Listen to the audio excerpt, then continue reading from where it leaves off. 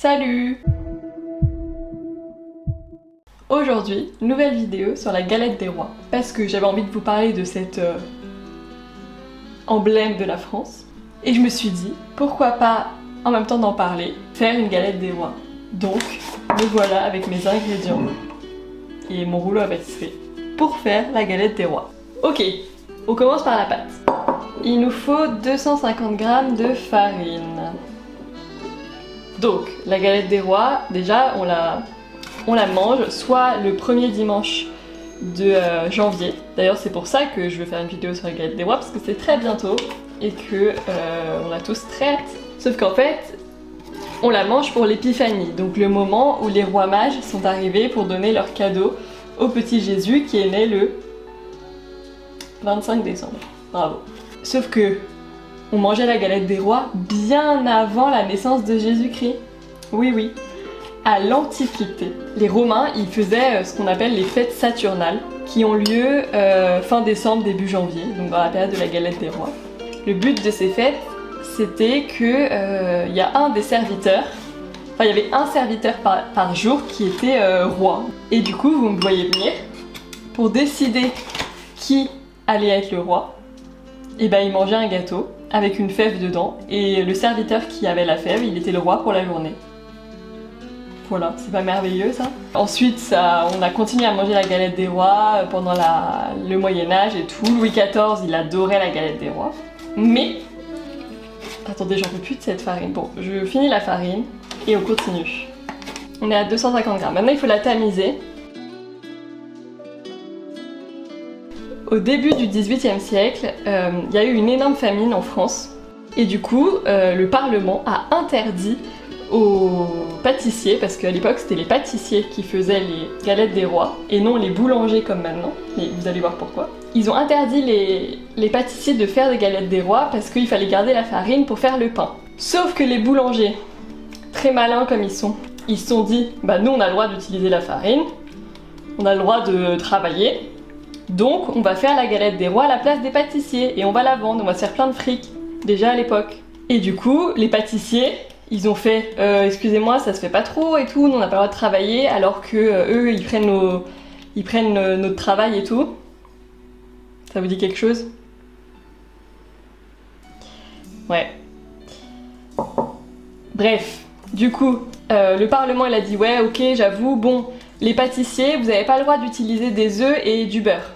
Vous utilisez que la farine et de l'eau, donc en gros vous avez le droit de faire que du pain. Ils n'avaient même pas le droit de dorer leur pain avec du jaune d'œuf. Ils devaient que utiliser de la farine pour faire le pain et comme ça ils ont arrêté de faire la galette des rois. Sauf que ça a marché qu'à Paris. Dans les petites provinces autour, ils ont continué, les boulangers ont continué à faire la galette des rois à la place des pâtissiers. Voilà, et du coup c'est pour ça que maintenant c'est un gâteau qui s'achète plutôt en boulangerie.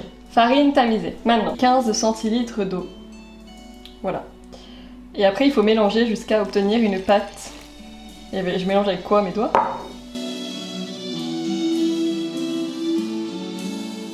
Et quand la famine a été terminée, et ben il y a eu la Révolution française. Et donc vous imaginez bien que le mot galette des rois pendant la Révolution, ça n'a pas trop plu. On a essayé de l'interdire. On voulait plus manger de galette des rois. Sauf que la galette des rois l'a emporté, les gens aiment trop ça, ils n'ont pas pu s'en passer. Du coup, ils l'ont renommé, ils l'ont appelé ils ont renommé le... Parce que le jour où on mange la galette des rois, ça s'appelle le jour des rois. Donc là, ils l'avaient renommé le jour des sans-culottes. Et du coup, ils l'avaient renommé le gâteau de l'égalité. C'est très stylé. Et voilà, et après, je sais pas pourquoi en fait, ça a repris son nom de galette des rois maintenant, mais je sais pas trop comment est-ce que ça se fait. Aussi, est-ce que vous connaissez le gâteau des rois? Parce que c'est pas la même chose. En gros, dans le sud de la France, paraît-il, mais les sudistes, vous pouvez me contredire. La galette des rois qu'on connaît avec la frangipane et tout, eux, ils l'appellent la galette parisienne. Parce que dans le sud de la France, ils mangent le gâteau des rois, qui est comme ça. C'est avec les fruits confits et tout, on connaît la pâte briochée et tout. Enfin, bon, on va pas se mentir, entre nous, les sudistes, c'est de la brioche, quoi. C'est pas très... innovateur votre truc. Bon, écoutez, je sais pas ce que vous en pensez, mais moi j'ai l'impression qu'elle est bien belle ma petite boule. D'ailleurs, si vous voulez essayer de faire cette galette, je vous mets le lien dans la description de la recette que j'ai utilisée. Comme ça, vous allez pouvoir épater votre famille. Mais j'ai pensé que j'avais oublié de vous dire un truc sur Louis XIV. Attendez, je m'occupe de mon beurre en même temps. Nous, quand on a la fève, on choisit notre roi, notre reine, et puis basta quoi. Louis XIV, enfin à l'époque de Louis XIV, ils aimaient tellement la galette des rois que, surtout le roi, je pense, et ses petits copains, quand quelqu'un avait la fève, et vous savez ce qu'il faisait? Il choisissait un roi, une reine, mais surtout, il faisait genre tout un empire. Il choisissait des conseillers, des trucs, des machins, genre... c'était... tout le monde avait un rôle, quoi, dans l'histoire. Voilà, pendant une journée. Ils changeaient de roi, ils avaient un nouveau gouvernement, quoi. Et voilà. Et là, on passe à l'étape la plus importante et la plus difficile. Déjà, on va faire ça. Purée, je fais ça bien. Regardez. Bon, attendez, je continue mon histoire de la galette des rois, quand même, parce que c'est quand même pour ça qu'on est là. Alors, bon, en vrai, on a fini à peu près l'histoire. Maintenant, je vais vous parler plutôt de petites anecdotes. À savoir, la première étant que jusqu'en 1910, donc il n'y a pas si longtemps, les boulangers avaient pour tradition d'offrir une galette des rois à leurs clients. Genre gratuit. Sauf que du coup, en 1910, ils se sont rendus compte qu'ils perdaient de l'argent. Encore une histoire d'argent. Mais bon, on peut les comprendre. Et du coup, maintenant, ils nous demandent 6 reins et 3 bras. Non, je rigole. Mais il y a des boulangeries, c'est cher, hein. Vous avez pris un peu la confiance quand même. Alors que regardez, c'est de la farine et de l'eau, hein. Bon.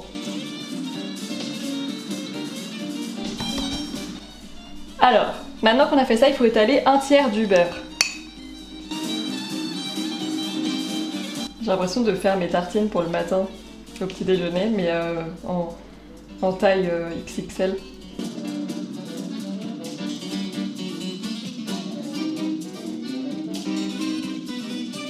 Franchement, je crois que je vais faire des galettes des rois au mois de janvier. Je vais les vendre parce que, vous savez, l'argent.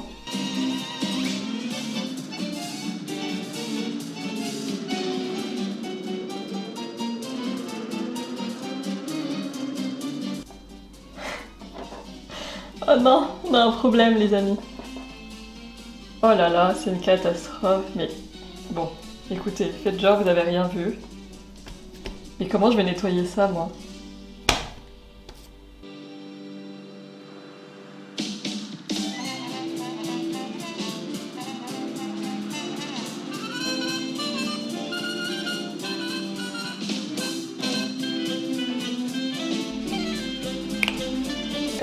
Alors maintenant on va faire la frangipane.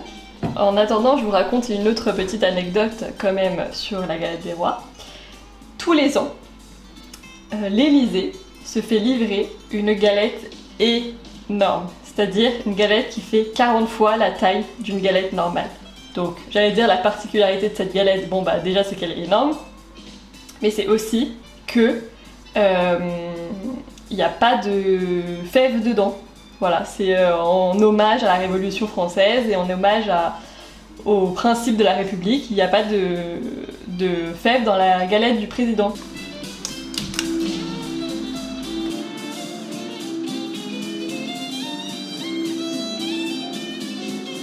Maintenant, on va passer au montage de la galette et je vais vous raconter la dernière anecdote. Alors, du coup, je vais vous raconter la dernière anecdote qui est que avant, il fut un temps où, imaginons vous êtes 4 à manger la galette chez vous. Donc vous achetez une galette et vous coupez 5 parts. Et la dernière part, on l'appelait la part du bon Dieu, mais vous pouvez l'appeler la dernière part, ça va aussi. Et en fait, elle était réservée aux premiers pauvres ou voilà, ceux qui avaient moins d'argent qui venaient toquer à votre porte. Vous donniez cette part de galette. Bon, maintenant, personne ne va venir toquer à votre porte, mais c'est peut-être un truc qu'on pourrait refaire, c'est-à-dire couper une part de galette en plus et aller la donner dans la rue à quelqu'un qui apprécierait cette galette. Voilà, une petite anecdote, et c'est quelque chose qui s'est perdu, malheureusement. Donc venez, on le remet à la mode cette année. Moi je propose qu'on fasse ça. Mais attendez, pourquoi c'est rectangle alors que je dois aller dans un cercle? Bon, on étale ça.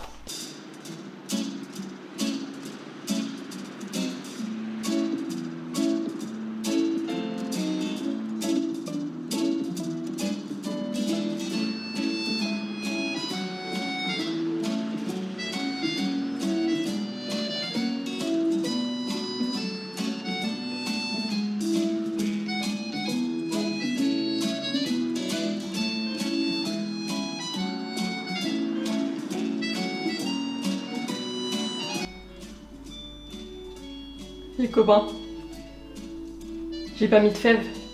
Bon, en fait, j'en ai pas, de toute manière, mais j'ai fait une galette pour le président de la République. Bon, écoutez, on n'est pas encore au mois de janvier, donc je considère qu'on n'a pas le droit de manger des galettes avec des fèves. Donc, j'ai pas mis de fèves. On n'a qu'à dire que c'est ça et pas un oubli.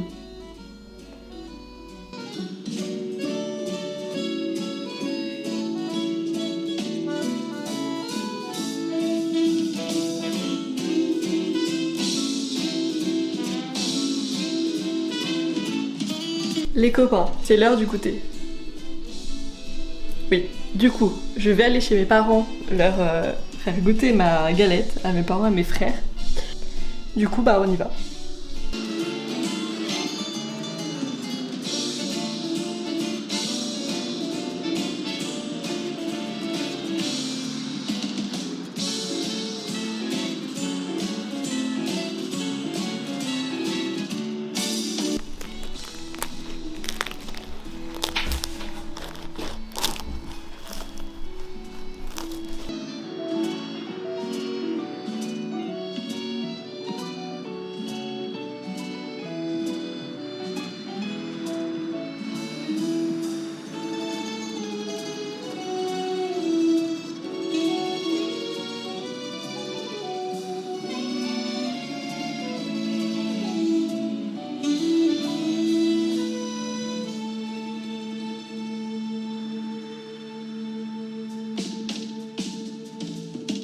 Pas très bon. Enfin, en fait, au départ, c'est pas bon. Ouais. Genre, y a pas de goût. Puis après, Voilà. Et non, y a un petit goût qui vient. Projet, C'est en fait ça va. Attendez, excusez-moi. Non, en vrai, c'est bon. Juste que je l'ai. Bon, Martin, verdict. C'est Toi bon. t'adores, t'as tout mangé. Non, en vrai, moi j'ai trouvé que ça avait un goût de farine. Et parce que vous avez vu, j'ai mis 15 000 fois de la farine. C'est bon. Et la pâte, je l'ai fait toute seule. Hein. La pâte, Ouais, je la fais mieux. tu l'as fait mieux. Ok, on fait une vidéo concours de pâtes. Non. C'est peut-être. On verra. Ah bah voilà, je crois que j'en ai tout dit. Bisous. Je vais dire au revoir. Au revoir.